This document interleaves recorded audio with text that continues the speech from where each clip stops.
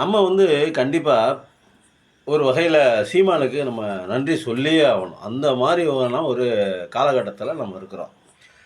ஏன் சீமானுக்கு நன்றி சொல்லி ஆகணும் அப்படின்னு நீங்கள் கேட்குறீங்க. எனக்கு புரியுது. அதாவது இந்த பிஜேபிங்கிற ஒரு ஒரு அரக்க கட்சி தன்னுடைய ஆக்டோபஸ் கைகளை வைத்து எப்படியாவது பெரியாருடைய பேரை கெடுத்துடணும், திமுக ஆட்சியை ஒழிச்சிடணும் அப்படின்னு ஒரு குறிக்கோளோடு இருக்காங்க. அதுக்காகத்தான் இந்த மாதிரியான ஆட்களை பூரா இறக்கி விட்ருக்காங்க. இப்போ ஃபஸ்ட்டு அதிமுக, அதுக்கப்புறம் பார்த்தீங்கன்னா ராமதாஸோட பையன் இருக்காப்புல பார்த்தீங்களா, அன்புமணி ராமதாஸ், அவரை வச்சு பாட்டாளி மக்கள் கட்சி. இப்போ ராமதாஸ் வந்து கதற லெவலுக்கு கொண்டு போய் விட்டாங்க. அதாவது என் பையன் எனக்கே துரோகம் பண்ணிட்டார் அப்படிங்கிற மாதிரி அவர் ராமதாஸ் பேசுகிற அளவுக்கான ஒரு இழிநிலையை, ஒரு கேவலமான ஒரு சூழ்நிலையை அன்புமணி ராமதாஸுங்கிறவர் உண்டு பண்ணிட்டார். பெத்தப்பா பெற்று வளர்த்து பேர் வச்சு வளர்த்து ஆளாக்கி டாக்டர் வரைக்கும் படிக்க வச்சு அவருக்கு வழிகாட்டி, அவர் வந்து மத்திய மந்திரி ஆகிற வரைக்கும் அவருக்கு வழிகாட்டி கொண்டு வந்த ஒரு அப்பனை மதிக்க தெரியல. அதை விட தான் செய்த ஊழலுக்காக நம்ம எங்கே உள்ளே போயிடுவோமோ அப்படிங்கிறது அந்த விஷயம் பெருசாக இருக்குது. அதாவது இவர் வந்து ஒரு 1 வருஷம் 2 வருஷம் ஜெயிலில் இருக்கிறது தப்பு இல்லையா, இவர் வந்து அந்த கேஸை எதிர்கொள்வது தப்பு இல்லையா. ஆனால் அதுக்காக அப்பனையும் பகச்சிக்கலாம், அத்தாலையும் பகச்சிக்கலாம், யாரை வேணால் பகச்சிக்கலாம் அப்படிங்கிற முடிவுக்கு அன்புமணி ராமதாஸ் வந்திருக்காரு. அதுதான் நம்ம தெரிஞ்சுக்கிறது. இது வரைக்கும் நம்ம தெரியுது. அதுதான் எங்கே நம்ம மேலே கேஸை வந்து வலுவாக உள்ளே வலு பண்ணி அதை ரொம்ப நம்ம தலை மேலே பாரமாக இறக்கிடுவாங்களோ அப்படிங்கிறது பயந்துக்கிட்டு தான் என்ன பண்ணுறாரு, பெத்த அப்பான்னு கூட பார்க்காம எதிர்க்கக்கூடிய சூழ்நிலைக்கு வந்துட்டார்.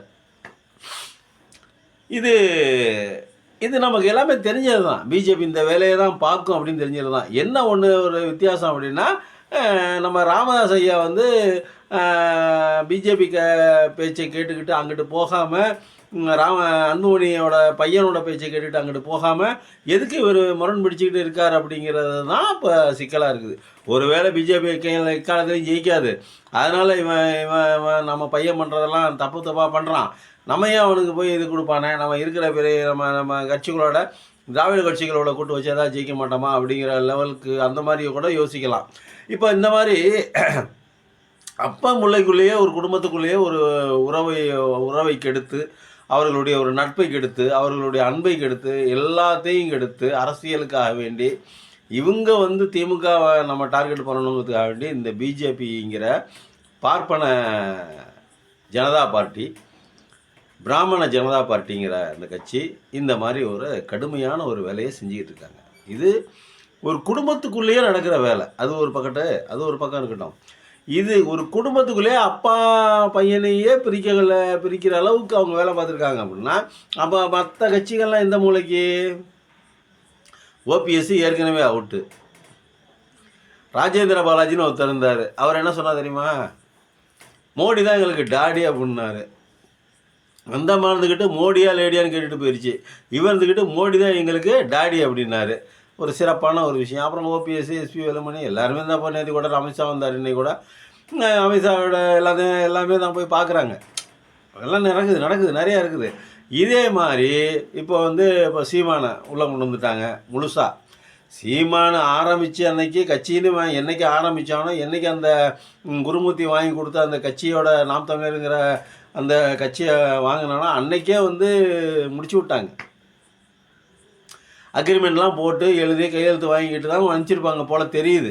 நாங்கள் இந்த மாதிரி இருக்கோம், இத்தனை வருஷம் அவனுக்கு கட்டாயம் 2026 தேர்தலில் நீ அவர் திமுக வர விடாமல் பண்ணுறதுக்கான ஆரம்பகட்ட வேலைகளை பாரு. எல்லாத்துக்கும் முக்கியமாக திமுகவை வரவிடாமல் பார்க்குறத விட முக்கியமான வேலை பெரியாருடைய பேரை டேமேஜ் பண்ணணும். அதுக்கு நீ தான் சரியான ஆள். நெஞ்சு நரம்பு புடைக்க, கழுத்து நரம்பு புடைக்க, கை நரம்பு புடைக்க பேசியே நீ பெரியார் டேமேஜ் பண்ணணும் அப்படிங்கிறது கொடுத்த அஜெண்டா. பல 100 கோடிகள் வாங்கியிருப்பார் போல இருக்குது. ஒன்றும் இல்லைப்பா, அவர் குடும்பம் செட்டில் ஆயிரும், ஒன்றும் பிரச்சனை இல்லை. அவரை நம்பி இருக்கிற தொண்டர்கள், அவர் நம்பி இருக்கிற அந்த நாம் கட்சி அந்த கட்சியில் இருக்கிற மக்கள், அந்த கட்சிக்காக இப்போ நான் தமிழர் கட்சியில் சேரணும் தானே ஒரு வெறியோடு இருந்தேன். அப்புறம் தான் தெரியுது ஒரு எல்லாமே அட்டர் பிளாப்பு. இவர் வேறு லெவலுக்கு போகிறாரு, வேறு லெவலுக்கு போய் தமிழ்நாட்டை சிதைக்க போகிறதுக்காக பாடுபடுறாரு அப்படிங்கிற லெவலுக்கு வந்ததுக்கப்புறம் தான் நம்ம அவரை விட்டு வெளியே வந்தோம். அவர் பேச்சை விட்டு கட்சியிலலாம் போய் சேரல. ஆனாலும் இந்த பொறுப்பாளர்கள்லாம் ஃபோன் பண்ணியெல்லாம் என்ன திருச்சி மாவட்ட பொறுப்பாளர்கள்லாம் ஃபோன் பண்ணி பேசும்போதெல்லாம் ஒரு காலம் அதெல்லாம் ஒரு 10 வருஷத்துக்கு முன்னாடி வச்சுங்க. அப்போ நாளாக மாறிடுச்சு. இப்போ புதுசாக என்ன பண்ணியிருக்காங்க, விஜயை கொண்டாந்து இறக்கி விட்ருக்காங்க. அந்த பையனும் விஜய்ங்கிற பையனும் போய் அவர் பெரிய அரசியல் கட்சி தலைவர்லாம் ஒன்றும் இல்லை. அந்த பையன் ரைட்டில் மாட்டிக்கிட்டாப்புல ஃபாரின் கார் வாங்கினதுக்கு அதுக்கு இதுக்கு இன்கம் டேக்ஸ் எந்த நடிகை தான் கரெக்டாக ஒழுங்காக இன்கம் டேக்ஸ் கட்டினான், அது இல்லை. இந்த ஆளும் கட்டாமல் இருந்திருக்கான். அவனை பிடிச்சி டார்கெட் பண்ணி பிடிச்சி கொண்டாந்து அப்படியே கொஞ்சம் கொஞ்சமாக கொள்கை தலைவர்களாக திராவிட தலைவர்களை அறிக்கை சொல்லி அப்புறம் மாற்றிக்குவாங்க. எப்படி ஸ்டேட்டர் பீரியடில் மாற்றிடுவாங்க.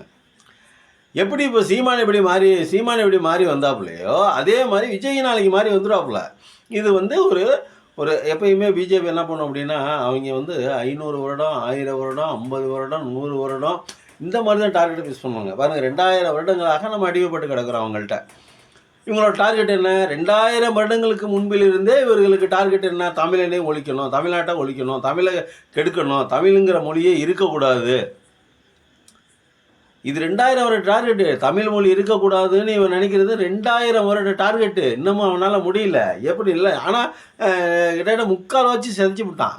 எதுக்கு எப்படி சொல்கிறோம் அப்படின்னாக்கா, குமரி முதல் இமயம் முதல் குமரி வரை, குமரி முதல் இமயம் வரை தமிழ்நாடு, தெற்காசியா முழுமைக்கும் தமிழ்நாடு தான். இன்றைக்கி தமிழர்கள் இருந்திருந்தால் 150 கோடி பேர் நம்மளாவே இருந்திருக்கணும். புரியுதுன்னு நினைக்கிறேன் உங்களுக்கு. இன்றைக்கி தமிழர்கள் இருந்திருந்தால் 150 கோடி பேர் நம்மளாவே இருந்து தெற்காசியா முழுமைக்கும் தமிழர்கள் நம்மளாக தான் இருந்திருக்கணும். ஆனால் அவன் பாஷையை கொண்டாந்து திணிச்சு மறிய என்ன பண்ணாங்க, தமிழுங்கிற ஒன்றே இல்லாமல் பண்ணிட்டாங்க. குஜராத் நீங்கள் வேணால் அந்த இந்த மொழியெல்லாம் தோன்றுவதனுடைய அந்த இதை எடுத்து பாருங்கள். சமஸ்கிருதமும் உருதையும் உருவி எடுத்துட்டிங்கன்னா அந்த பாஷையில் தமிழ் தான் இருக்கும். சமஸ்கிருதத்தையும் உருதையும் கொண்டு வந்து சேர்த்து தான் இத்தனை மொழிகள் தமிழ்நாட்டில் இந்தியாவில் வளர்ந்தது. குஜராத்திலேருந்து நேபாளி எந்த மொழியாக இருந்தாலும் சரி, நேபாளமாக இருந்தாலும் எந்த நாடாக இருந்தாலும் சரி, நம்ம தமிழன் தான் இருந்திருக்கணும். அப்படியேப்பட்ட டார்கெட்டு. ஆனால் தமிழ்நாட்டில் இந்த 8 கோடி பேர் இன்றைக்கி நம்ம தமிழ் பேசிக்கிட்டு இருக்கிறோம். இன்னும் அழிக்க முடியல. செம்மொழி அந்தஸ்து வாங்கியிருக்கிறோம். உலகின் மூத்த மொழிங்கிற பேர் நமக்கு கிடச்சிருக்குது. உலகத்துக்கே தெரிஞ்சிருக்குது தமிழ் தான் மூத்த மொழி, உலகின் முன்னோடியான மொழி அப்படின்னு சொல்லிட்டு. உலகின் மனிதனே தோன்றியதே நம்ம தமிழ்நாட்டில் தான் அப்படின்னு சொல்லிட்டு ஒரு இதெல்லாம் இருக்குது. நம்ம அந்த கீழடி அகழ்வாயை எடுத்துக்கோங்க. கீழடி அகழ்வாயில் எறும்பை வரிகி எப்படி ஊற்றி எதில் ஊற்றுனா இரும்பு உருக்குறதுன்னு முடிவு பண்ணிட்டான். எதிலடா ஊற்றுறது அப்படின்னா பாறையிலேயே அப்படியே வடிவமாக செஞ்சு இவனுக்கு என்ன வடிவம் வேணுமோ அந்த மாதிரி. இப்போ நம்ம லேத்தில் கொடுத்து இது செய்கிறோம்ல, அச்சு செய்கிறோம்ல, அதே மாதிரி அவன் என்ன பண்ணியிருக்கான், பாறையை பூரா அப்படியே குடஞ்சி பாறையில் கொண்டு போய் ஊற்றுனா இரும்பு செட் ஆனாலும் செட் ஆகிடும். அதுக்கப்புறம் அதில் கம்பியை விட்டு இரும்பு விட்டு நோண்டி எடுத்தால் பாறையில் விட்டாதில்ல, அப்படியே மேற்று வந்துடும்.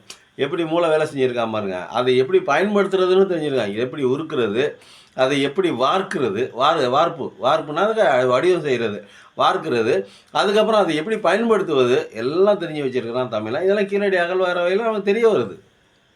அப்போது இவன் 4000 வருடம் 5000 வருடங்களுக்கு முன்பிலிருந்தே நாகரிகம் படைத்தவனாக, உலகை அறிந்தவனாக, படிப்பு அதெல்லாம் சங்க காலத்திலேயே, அதுக்கு முன்னாடியே இரும்பே உருக்க கண்டுபிடிக்கிற காலத்துக்கு முன்னாடியே அதுக்கு முன்னாடி 2000 3000 4000 வருஷத்துக்கு முன்னாடியே அவன் சங்கம் வச்சு தமிழ் வளர்த்துருக்கான்.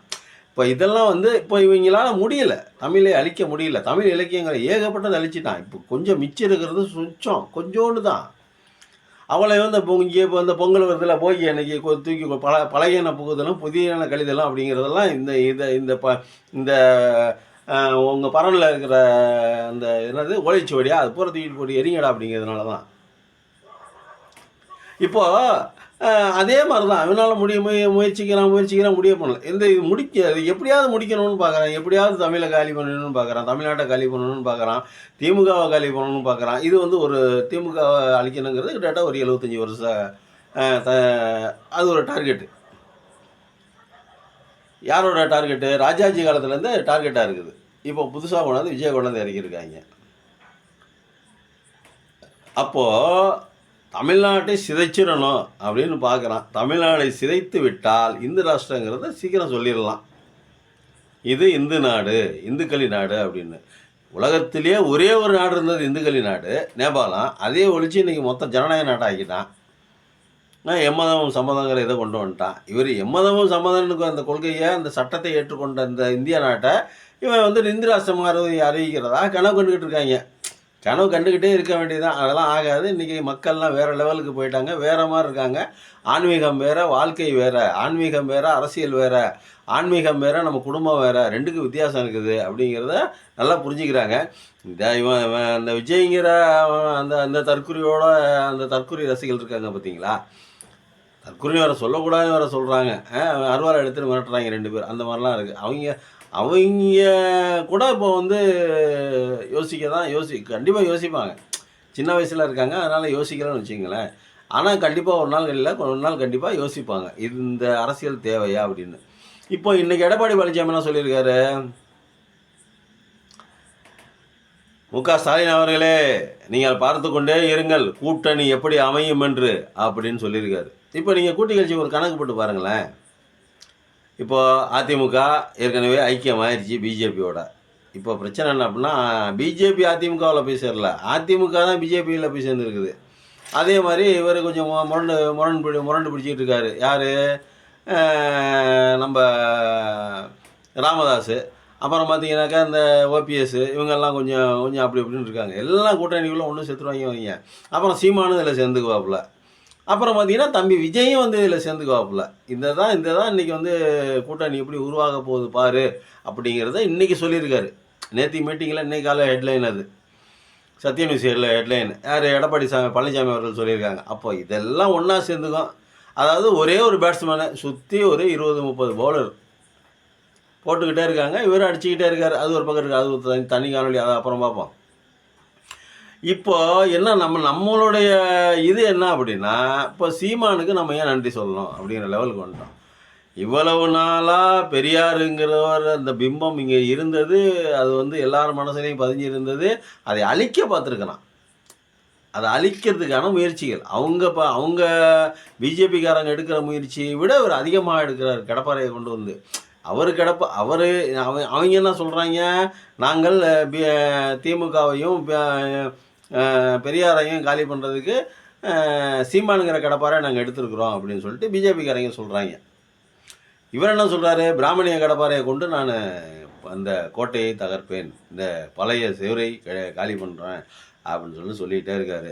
நிறைய பேர் சொல்லிட்டாங்க 75 வருஷ காலமாக. பார்ப்போம் யார் தகர்க்கிறாங்களேன்னு. நம்ம நன்றி எதுக்கு சொன்னோம் அப்படின்னா, சீமானுக்கு பெரியார் பேரை டேமேஜ் பண்ணுறேன்னு இப்போ பெரியாரை பற்றி எல்லாருமே பேச வச்சுட்டான். இப்போ நான் என்ன நினச்சிக்கிட்டு இருந்தேன், என்னடா இவ்வளவு ஆக்கிரமிப்பு பண்ணுறாங்களே, இவ்வளோ அநியாயம் பண்ணுறாங்களே, இவ்வளோ அட்டகாசம் பண்ணுறாங்களே,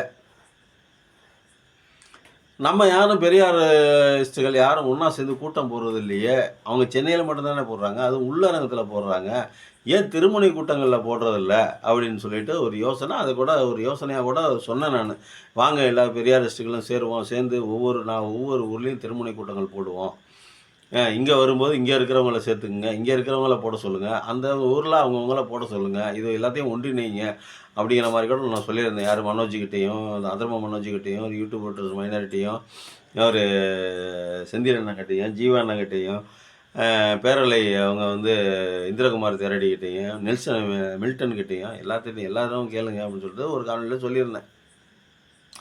இப்போ நமக்கு என்ன சந்தோஷமாக இருக்குது, அனைவரும் சேர்ந்து பெரியாரிஸ்டுகள் அனைவரும் சேர்ந்து இன்றைக்கி எதுக்க ஆரம்பிச்சிட்டாங்க. பெரியாரிஸ்டுகள் மட்டும் இல்லை, நிறைய ஆண்களும் பெண்களும் அந்த கூட்டங்களுக்கு வராங்க.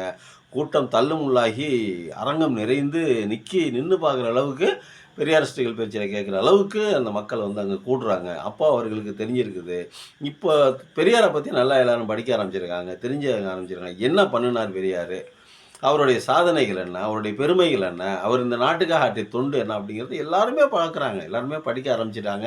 நிறைய பேர் படிக்கிறாங்க, கூட்டங்களும் நிறைய நடக்குது. இவனை திட்டுறோங்கிற பேரில் பெரியாரை பற்றி அனைவரும் பேச வைக்கிறாங்க. அவங்களுடைய டார்கெட் என்ன, சீமானை திட்டுறது. ஆனால் அந்த கூட்டத்தினுடைய விளைவு என்ன ஆகுதுனாக்கா, அனைவரும் பெரியாரை பற்றி படிக்க ஆரம்பிக்கிறார்கள். படிக்காதவர்களும் படிக்காமல் நிறைய பேர் படிக்கிறாங்க அவரை பெரியாரை பற்றி. யாரா அந்த பெரியார், யாரா அந்த பெரியார் அப்படின்னு பார்த்தாங்க. ஆனால் இப்போ வந்து வேறு வழி இல்லாமல் படிக்கணுங்கிற கட்டாயத்துக்கு ஆளாக்கிட்டாங்க. ஏன்னா பெரியார் இப்படிலாம் செஞ்சுருக்காரா, இதெல்லாம் செஞ்சுருக்காரா, பின்னடிமை தனத்தை ஒழிக்கிறதுக்கு உளவு முயற்சிகள் எடுத்திருக்காரா அப்படிங்கிறதெல்லாம் எல்லோரும் பார்க்க ஆரம்பிச்சிட்டாங்க. அதுக்காக இதுக்கு தூண்டுகோலாக இருந்தது சீமான். அதனால் சீமானுக்கு ஒரு பெரிய நன்றியாக தெரிவிக்கிறோம். வணக்கம் சீமான், நீ வந்து இப்படியே தான் பேசிக்கிட்டு இருக்கணும், பெரியாரை நீ திட்டிக்கிட்டே இருக்கணும், பெரியாரை வளர்ந்துக்கிட்டே இருப்பார். ஏன்னா அவரோட வளர்ச்சி எப்படி அப்படின்னா 50 வருஷம் கழிச்சு நீ பேசுகிற பார்த்தியா, அவர் இன்னும் மேலே போய்கிட்டே இருக்காரு. இது ஒரு சித்தாந்தம். இது வந்து நீ அழிக்க முடியாது. இது வந்து மானுடம் உள்ள வரைக்கும், ஏற்றத்தாழ்வு உள்ள வரைக்கும், சமத்துவங்கிறது ஒன்று வர வரைக்கும் இந்த அவருடைய சித்தாந்தம் பேசிக்கிட்டே இருக்கும். அது கருத்து, அது வந்து ஜீவன், அது ஜீவன். அது வந்து அவர் வந்து உண்மையாக போராட்டினார். நீ போலி தேசியவாதி, போலி தமிழ் தேசியவாதி, உனக்கு ஒன்றும் தெரியாது. தமிழை அழிக்க பார்க்குற நீ போலி தேசியவாதி. தமிழை நீ அழிக்க தான் பார்க்குற, வாழ வைக்கணும்னு பார்க்கவில்ல. தமிழை நீ வாழ வைக்கணும், தமிழ்நாட்டை வாழ வைக்கணும் அப்படின்னா நீ பெரியார் வாழணும். பெரியாருடைய பேர் வாழணும். பெரியாருடைய பேர் வாழ்ந்தால் தான் தமிழ்நாடும் தமிழும் வாழும். இப்போ தமிழ்நாடு வளர்ந்து நிற்கிறதுக்கு காரணம் யாருங்கிற? பெரியார் தானே, பாரதியார் இல்லையா? தமிழ்நாடு எல்லா துறையிலையும் முன்னுக்கு வந்திருக்கிறது யாரையா காரணம்? தமிழ்நாடு முன்னுக்கு வந்திருக்கிறது யாரு காரணம்? பாரதியார் இல்லை, பெரியார் தானே. அப்போ பெரியார் பேரை கெட்டப்பாறை கொண்டு விடிச்சு விட்டு தமிழ்நாட்டை நக்கிட்டு போக வச்சிருவியா? உன் பேச்சை கேட்டாக்க தமிழ்நாடு அவ்வளோதான், கடலில் கரைக்க வேண்டியதான் தமிழ்நாட்டை கொண்டு போய். நன்றி, வணக்கம். இருந்தாலும் பெரியாரை பேச வைத்ததற்கு சீமானுக்கு ஒரு நன்றி.